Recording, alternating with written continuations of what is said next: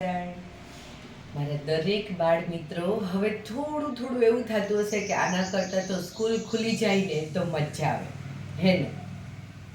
આજે બસ એક હાર્ટલી રિક્વેસ્ટ કરવાની છે કે આપણે બધા ઇન્ડિપેન્ડન્સ કન્ટ્રી સ્વતંત્ર ભારતમાં રહીએ છીએ, તો આપણે કેમ સ્વતંત્ર ના હોઈએ? આપણું કામ કેમ ના સ્વતંત્ર હોય? હોવું જોઈએ ને? યસ, સવારે ઉઠો એટલે તમારો બેડ તમે સેટ કરો, લાઈક તમારું જે કંઈ બી ચાદર છે, મેટ્રિસ છે, ઓછાળ છે, એને પ્રોપર રીતે ઝાપટીને એને બધી બાજુથી પ્રોપર સેટ કરીએ ગદલાની નીચે.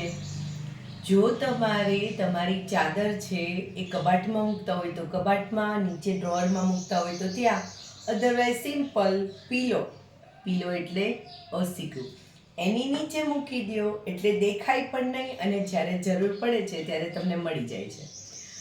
સરસ મજાના ભગવાનને યાદ કરી સરસ મજાનો દિવસ સ્ટાર્ટ કરીએ. પ્રોપર બ્રશિંગ કરીએ, પણ બ્રશ હંમેશા એના કવરમાં જ મૂકવાનું, કેમ કે ઘણીવાર આપણા ઘરમાં નાના કોકરોચ હોય છે, ક્યારેક લિઝાર્ડ એટલે ગરોળી હોય છે, ક્યારેક કોઈ ઇન્સેક્ટ હોય છે, લાઈક નાની મચ્છી હોય અથવા તો મોસ્કિટોઝ મચ્છર હોય છે, તો એનાથી આપણને એની કોઈ સાઈડ ઇફેક્ટ થાય તો બેટર આપણે એને કવરમાં રાખીએ. રેડી? અને બ્રશ અને કવર બે સાથે ઓલમોસ્ટ 20 રૂપીઝમાં તમને મળી જાય છે, તો બને ત્યાં સુધી બ્રશને કવરમાં રાખીએ. તમને બધાને ખબર છે બ્રશ હંમેશા 3 સાઈડ કરીએ છીએ, પછી મોઢું ખોલીએ છીએ, આપણા જે દાંત છે એને અંદરની સાઈડ, ઉપરની સાઈડ પણ કરીએ છીએ, બરાબર ને? અને આપણી જીભ ઉપર જે વ્હાઈટ કલરનો ડિસ્ચાર્જ હોય છે, જે આપણને બીમાર બનાવે છે, આપણા મોઢામાં દુર્ગંધ ફેલાવે છે, એને આપણે પ્રોપર રીતે શાંતિથી કાઢી લઈએ ઉલિયાથી, ટંગ ક્લીનરથી. રેડી?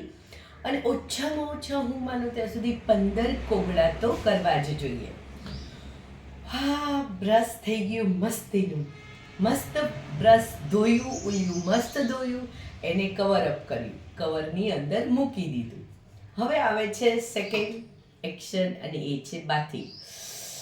ઉનાળામાં બાથિંગની જે મજા છે એમાં મોર્નિંગમાં ઠંડા પાણીની અલગ જ છે, હે ને?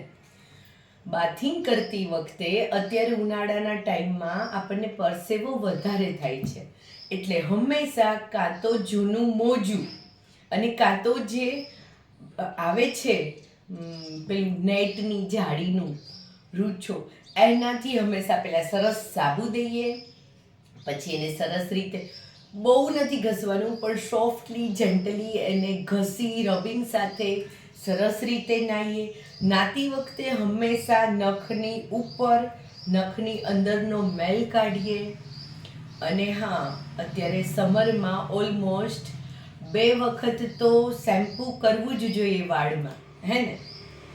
પછી નખ પણ કાપી લેવા જોઈએ ને? હા, આપણા કપડાં જાતે કાઢીએ, પછી ખાસ નાહ્યા પછી સરસ ઘસીને શરીર લૂછ્યા પછી ટોવેલને થ્રો કરાય નહીં. શું કરવાનું? જ્યાં દોરી છે, જ્યાં દરેક ટુવાલ સૂકવાય છે ત્યાં આપણો ટુવાલ સૂકવી દઈએ. એનું કારણ છે કે આપણે જે શરીર લૂછ્યું છે એનાથી કોઈ બીજું લૂછે નહીં, એકબીજાની ડિઝીઝની પ્રોબ્લેમ ના થાય એટલે. અને તડકે જે ટોવેલ સૂકવો છો એના કારણે બીજા દિવસે એ યુઝેબલ બને છે, બરાબર ને? મસ્ત બાથિંગ તો કરી લીધું, પછી મમ્મી કપડાં દે એવું આપણે કરીએ? આપણે તો ગુડ બોય છીએ, આપણે આપણા કપડાં જાતે લઈએ. અને હા, આપણા અંડરગાર્મેન્ટ્સ આપણે જાતે એક બાથરૂમમાં એક ધોવાનો સાબુ, કપડાં ધોવાનો સાબુ બી રાખીએ, જાતે એને ધોઈએ. આપણા અંડરગાર્મેન્ટ્સ આપણે જાતે જ ધોવા જોઈએ, કેમ કે તો આપણે સરસ રીતે એને ધોઈ શકીએ અને આપણને ખબર પડે કે આપણા શરીરમાંથી કેટલું ડિસ્ચાર્જ નીકળે છે. અને અંડરગાર્મેન્ટ્સ હંમેશા એકદમ ક્લીન હોવા જોઈએ. જો તમે બહુ નાના છો તો થોડું થોડું ધોવાની ટેવ પડી જાય તો એ બેટર છે. અને પછી ભલે ને તમે પાછું મમ્મી વોશ કરે એમાં લોન્ડ્રી બેગમાં મૂકી દો. પછી મસ્ત જાતે કબોર્ડમાંથી લાઈન વીખ્યા વગર કપડાં કાઢીને મસ્ત જાતે પહેરીએ. મસ્ત કોમ્બિંગ, સરસ મજાનો પાવડર કે સમથિંગ જે બી તમે કરતા હોય, ઓઇલિંગ કરતા હોય તો પ્રોપર ઓઇલિંગ કરીએ. અને મસ્ત તૈયાર થયા પછી સરસ ભગવાનને પગે લાગીએ. એ ફ્રેન્ડ્સ, કેટલા બધાને તો ઘર બી નથી હોતું, ઘણાઈને મમ્મી નથી, પપ્પા નથી, શરીરનો એકાદો અંગ નથી, મગજ પ્રોપર નથી. આપણી પાસે આ બધું છે ફ્રેન્ડ્સ, તો પછી ભગવાનને તો થેન્ક યુ કહેવું પડે ને. સરસ ભગવાનને થેન્ક યુ કીધા પછી, વડીલોના આશીર્વાદ લીધા પછી આવે છે સરસ મજાનો હેલ્થી લંચ. રાતની ભાખરી, રાતની રોટલી સવારે તમે ખાઓ એ બેસ્ટ છે, પણ એને રીકુક નહીં કરવાની. મીન્સ એને ફરીથી ગરમ નથી કરવાની, એને એમ જ ખાવાની છે. સાથે દૂધ લ્યો, કેળા લ્યો, ડ્રાય ફ્રૂટ લ્યો, મોડું દહીં પણ લઈ શકો. અને બેસ્ટ લંચ છે ફણગાવેલા મગ. મગ તો તમને આવડે, રાત્રે પલાળી દેવાના છે, સવારે એમાંથી પાણી કાઢી લેવાનું અને પતલા કપડામાં જરાક આમ પોટલું વાળીને મૂકી દેવાનું. બીજા દિવસે સવારે એમાંથી એટલા મસ્ત ફણગા ફૂટે, એમાં કાંઈ જ ના નાખો ને તોય તમને ખાવાની મજા પડી જાય. તો બને ત્યાં સુધી ફણગાવેલા મગ, કઠોળ, મગ છે, ચણા છે, ઓલમોસ્ટ આ બે બેસ્ટ. તો આજથી ટ્રાય કરીએ, હે ને. આખા દિવસમાં બને ત્યાં સુધી એક્ટિવ રહો, કંઈક નવું વાંચો, કંઈક નવું શીખો, કંઈક નવું બનાવો, મમ્મીને મદદ કરો, પપ્પાને મદદ કરો. જેટલા તમે એક્ટિવ રહેશો ને એટલું તમારું બોડી અને બ્રેઇન બંને શાર્પ રહેશે, સ્વસ્થ રહેશે. જો તમારે બીમારી નથી જોતી તો રોજ તમને એક વખત તો પસીનો લાઈક નીચે એકદમ એની રીતે ટીપો પડવું જોઈએ, તો તમારા શરીરની બધી ગંદકી નીકળી જાય. અને હા, અત્યારે તો મને એવું લાગે છે કે સાંજે 6 નહીં 6:30 પછી રમવા જઈએ ને તો થાય. બપોરે બને ત્યાં સુધી થોડું ઘણું ગુણાકાર, ભાગાકાર, સરવાળા, બાદબાકી, અસેન્ડિંગ, ડિસેન્ડિંગ છે, થોડું તમારું જે સ્ટાન્ડર્ડ તમે પૂરું કર્યું છે ને એનું થોડું રિવિઝન કરીએ. Practice make perfect. એટલે બને ત્યાં સુધી થોડી પ્રેક્ટિસ કરતા રહો. વેકેશનની ફૂલ ઓન મજા કરી લીધી છે, ફરવાનું હશે તો ફરી લીધું છે, મામાના ઘરે જઈ આવ્યા છો, એટલે હવે તમે ટોટલી ફ્રી છો. તો પછી સરસ મજાની એવી લાઈફ જીવીએ, એવું સમર વેકેશન એન્જોય કરીએ કે આપણી સાથે આપણા ઘરના નહીં લાગે કે કેટલો ડાયો છે, કેટલો સંસ્કારી છે. અને હા, આપણે ડાયા પણ છીએ, સમજુ પણ છીએ, અને સંસ્કારી તો આપણે જન્મજાત છીએ, હે ને. આપણી દિનચર્યા એવી બનાવીએ કે આપણા કારણે કોઈ પણ ઘરમાં કોઈ પણને તકલીફ પડે નહીં. હું તો એવું માનું કે આપણા ઘરમાં આપણને વોશ બેસિન, આપણે જેને ગેંડી કહીએ છીએ, વોશરૂમ, આપણું બાથરૂમ, આપણું ટોયલેટ આપણને ક્લીન કરતા આવડવું જ જોઈએ. અને આપણી વસ્તુ ક્લીન કરવામાં શેની શરમ?